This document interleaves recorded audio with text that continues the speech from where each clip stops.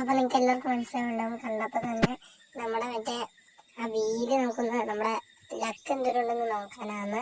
അതിന് മുമ്പ് നമുക്കൊരു നമ്മുടെ ഗിൽഡിൽ നിങ്ങൾക്ക് ചേരാൻ താല്പര്യമുണ്ടെങ്കിൽ വേഗം നിന്ന് കേൾക്കോ. ടീം കുത്താന്നാണ് പേര്.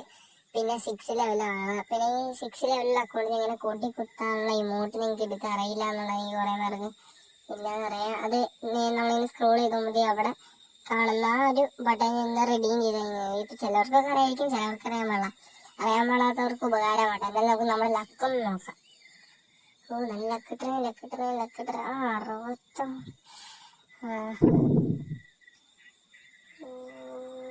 Oh my God. ഓ ഇതൊക്കെ നല്ല ഇമോട്ടാണല്ലോ ഗൈസ്.